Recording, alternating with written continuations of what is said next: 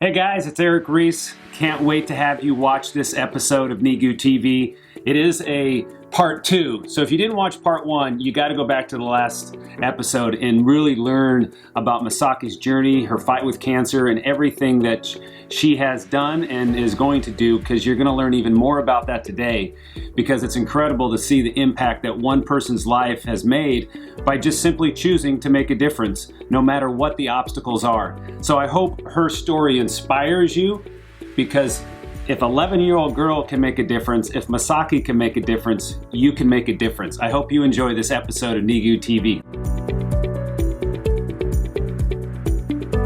Okay, so that is an amazing story, and I think there's so many lessons that we can take from that. But I think one of the stories that I definitely want you to share is when you decided that your school project was going to be about sharing about what Jessie's doing in the world. So can you tell everyone a little bit about that project, who you highlighted, and kind of what you kind of felt like were some of the highlights of getting to write that story? Well, before we decided to do interview this organization, I did some cancer, people's story and cancer stories for other people, and then I was the only one to be able to do that because I went through the same thing, basically. So I was able to, I knew more than the other people did, so it was easier for me to I was in charge of those stories, inspiring stories. And then one day I found a box saying never ever give up, and we need a donation from the toys. And I was like, oh, that's cool. Wait, I know that organization, Mayor volunteers that organization. Wait, that's cool. Yeah. And I knew the story about Jessie. And you saw that box at OCC on campus. Very it cool. was everywhere. Yeah. And I was like, oh, that's cool. Yeah. And then I brought it up in a meeting. I want to do this. And then they were like, oh, that's cool. And then, can you do that? And I was like, yeah, sure. I know people, I guess. Yeah, you know people, for sure. And then I heard from Aunt Mare saying Jessie's grandpa was a professor in the sports department in OCC. And I was like, oh, okay, I can get on with that. Okay, I'll talk to people. Good. And then I was in between OCC in this organization. And I get to talk to Jessie's grandpa. And then I talked to him on the phone. And then, I get to talk to him. And then it's because I went through this cancer journey. It was easy for me to ask right questions that I wanted to ask to him. For sure. But it was really hard. It just brought both of us in tears while we were talking on the phone. And I came here one day that was for Jessie's birthday last year. And then I was also in charge of taking photos for the article, and I never done it before. Right. And that was my first time. You're like, I'm a writer, not a photographer. Yeah, but they were like, can you go? It's close to your house. I was like, okay. And I went there. I came here, and I took pictures, and then Jessie's grandpa was there. I took a picture of him, and I took a picture of all the volunteers. And at the same time, I didn't know about all the OCC baseball team was there. And they were there. I was like, I didn't even know.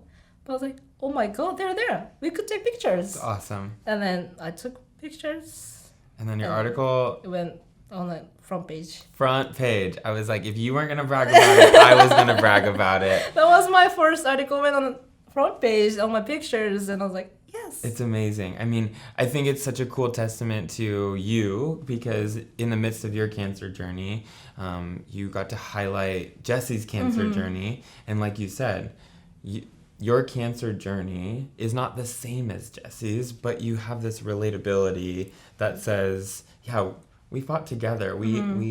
I kind of know some of the things you're going through. And I think for me, one of the things I hear about in your story is no one ever fights alone, right?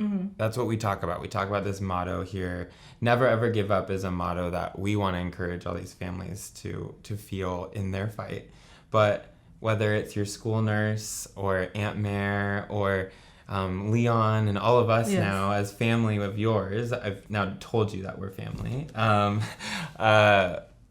That fight wasn't alone for you. It wasn't. And I hope that you were able to feel that. So the grand finale, we had the amazing opportunity, actually, an incredibly compassionate company, Panasonic Avionics, decided to help us take Jessie's Joy Jars for the very first time outside of the United States. And not only were these Joy Jars actually going to serve kids in Japan, in Dubai, in Singapore, and London, but the associates of Panasonic actually were able to stuff these Joy Jars. Now, ironically enough, there is no accidents. The very first location that we took Jessie's Joy Jars outside the United States was Osaka, Japan, which is home for Misaki. So we were so excited after a front page article interviewing Jessie's grandpa to call up Misaki. She helped us as a translator at that event. She also, I forced her to get up on stage and share her story in Japanese with over 300 associates that were there, that were stuffing this very jar right here with amazing toys that were all sourced out of Japan.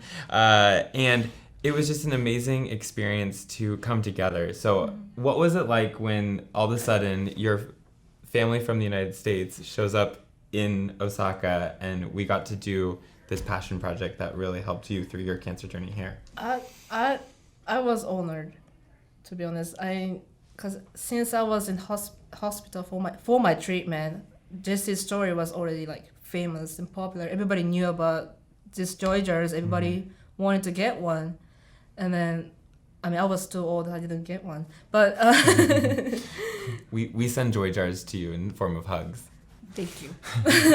But everybody knew about this. And this is, everybody appreciates this kind of stuff while you're stuck in hospital. Right. So I was so honored to be able to volunteer where I just happened to be there. Yeah, absolutely. Yeah. It just made it so special for us. And when you walked into that space upstairs in the area where we were stuffing so many Joy Jars, you just brightened up the room, and it was so exciting for us to have you there. And truthfully, I didn't understand a word of your story that you said because I don't understand Japanese, but to see the faces of people from Osaka, from Panasonic Avionics, hearing your story and feeling affected by you and your amazing and courageous and heroic journey through cancer, being away from home, we were honored to have you there. So, thank you. Thank you. Well, everyone, you guys got to hear Misaki's story.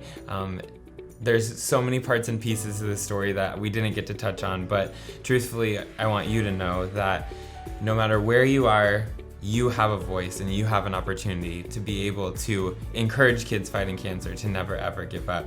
And you don't know if there's someone maybe next door that might be fighting cancer. And someone just like Misaki, when she was next door to us with one of our volunteers, she chose to give back to these kids fighting cancer. So thank you. Thank you so much. I'm gonna let you go because I know you want to go stuff some Joy Jars while you're here. Yeah, but I'm excited. It's gonna be so fun, and we're so happy you're here. Thank you. Thanks. Bye, NEGU Nation. We love you.